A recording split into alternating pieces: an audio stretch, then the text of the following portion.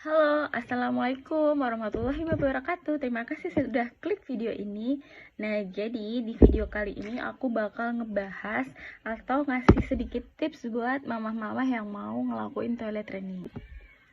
Nah, kemarin aku itu ngelakuin toilet training ke anak aku namanya Banyu itu di umur 2 tahun. 2 tahun itu aku sudah mengenalkan toilet training, dan itu kemarin aku bener-bener no drama. Nah, kemarin itu prosesnya dari toilet training itu kira-kira paling lama itu kayaknya cuma sebulan. Aku lupa sih pastinya berapa, soalnya kan sekarang anak aku udah umur 4 tahun. Jadi aku ketika itu tuh aku lupa berapa lama prosesnya, tapi cepet, bener-bener cepet, nggak sampai yang berbulan-bulan kayak gitu. Nah, ketika kalian mau ngelakuin toilet training, kalian harus siap dulu nih. Siap dan niat, itu kunci yang paling utama. Siap atas resiko yang akan dijalanin gitu kan. Resiko awal-awal toilet training, apa sih resikonya? Resikonya itu nanti pasti si anak itu bakal pup sembarangan, sama yang paling sering itu pipis sembarangan. Itu nggak masalah, itu sebuah proses. Jadi jangan marah, jangan marah-marahin anak, atau jangan ngedumel kayak gitu ya. Itu udah proses ketika kalian melakukan toilet training. Nah, kalau kalian udah siap akan resiko itu, kalau kalian udah paham resikonya kayak gitu, kan nanti kalian pasti bakal enjoy ngelakuinnya. Jadi, kalau kalian belum siap atas resiko yang akan kalian hadapi itu, ketika nanti anak kalian pipis sembarangan, pasti kalian udah ngedumul duluan, atau udah marah, atau udah bete gitu. Ya emang bete wajar ya ketika kita tuh merasa capek, cuman jangan sampai kita marahin anak kayak gitu. Ya itu udah salah satu resiko ketika kalian mau ngelakuin toilet training. Dan yang kedua tadi, toilet resikonya kan pup sembarangan. Nah, itu pasti dia nggak sampai yang sembarangan, kecuali dia mencret ya, maaf. Nah, kalau dia itu pupnya normal, pasti kan itu agak apa ya namanya. Oke, oke, maksudnya kan pupnya kan enggak yang cair gitu kan. Jadi paling nanti pupnya itu nyangkutnya di celana gitu. Dan kalian harus pakein celana dalam. Itu paling penting. Kalau kalian udah ngelakuin toilet training, kalian harus ganti pampers itu ke celana dalam. Jadi nanti ketika dia pipis atau pup gitu ya, itu tuh nggak langsung biur ke lantai banyak gitu. Jadi kan masih, ya pasti bakal ke lantai, cuman kan volumenya itu nggak bakal sebanyak kalau kalian nggak pakai pampers seperti itu. Maaf, kalau kalian nggak pakai celana dalam kayak gitu. Jadi ketika nanti pup, pasti enaknya itu dia pupnya udah ketahan di celana dalam, jadi nggak yang berceceran ke lantai. Nah, tips yang kedua tadi kan udah harus niat dan siap ya akan resikonya kayak gitu. Dan yang tips selanjutnya itu kalian harus ngasih tahu si anak itu terus menerus. Ketika dia pipis itu malah enak, kita harus ngasih tahu. Ketika dia pipis di celana nih, dia belum bisa bilang atau ngasih tahu, atau belum bisa mengontrol kayak gitu ya. Jadi nanti kasih tahu, ketika dia pipis ya, contohnya dia pipis di celana, tuh kan dek, ini pipis di celana ya, nggak apa-apa, nggak enak kan pipis di celana. Besok kalau mau pipis bilang mama ya, kita pipis di toilet gitu. Terus nanti lama kelamaan anak paham, dan anak juga pasti ngerasa risih dong kalau pipis di celana, atau maksudnya celananya basah gitu, pasti anak bakal risih. Atau nanti pas pup juga gitu, dikasih terus dikasih pengertian kalau pipis di celana tuh nggak enak ya, basah ya, gatal ya, kayak gitu. Nanti lama kelamaan anak itu pasti paham.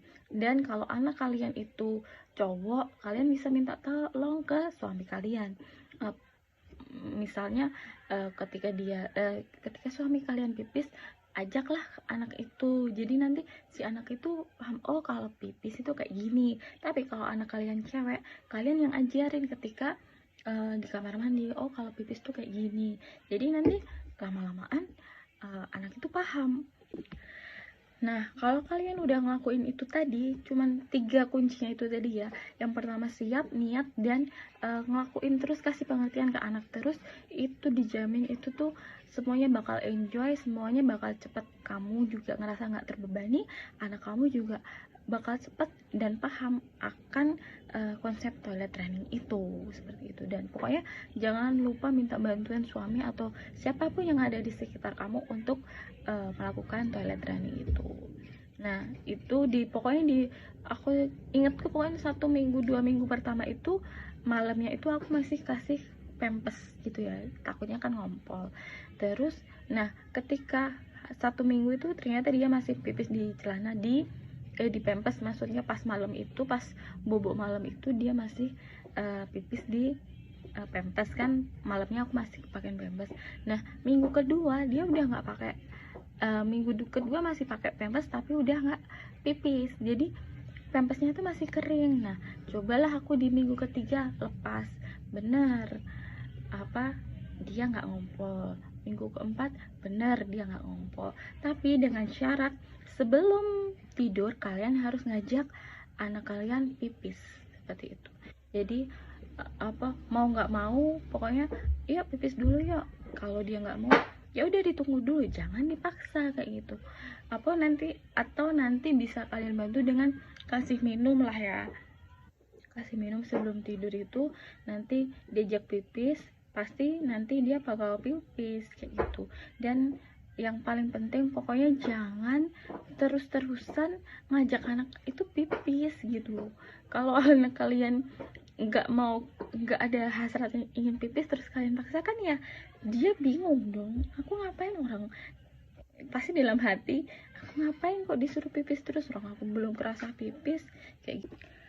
Nah nanti dijeda aja rata-rata 1 jam, tapi kalau 1 jam itu anak itu belum punya hasrat ingin pipis, kecuali kita kan 1 jam, dalam 1 jam itu kita tanya dia mau pipis nggak kayak gitu. Kalau anaknya bilang enggak mah, ya udah. Tapi nanti kalau dia kebobolan misalnya maksudnya ke pipis di celana atau ngompol di celana, nanti kasih pengertian lagi, tuh kan nggak enak, tadi kan mami udah bilang, udah tanya mau pipis nggak, kok adik bilangnya enggak. Nggak apa-apa, pokoknya jangan dimarahin. Kalau anak kalian marahin pasti dia tuh udah bakal down, malah proses toilet training itu tuh bakal rancau semua. Pokoknya kasih tahu aja, kalau dia ngompol ya kasih tahu. Terus nanti 1 jam ditanya lagi, kalau enggak ya itu tadi. Pokoknya terus nanti kalau udah 1 jam lebih dia nggak pipis, pasti dia itu nahan.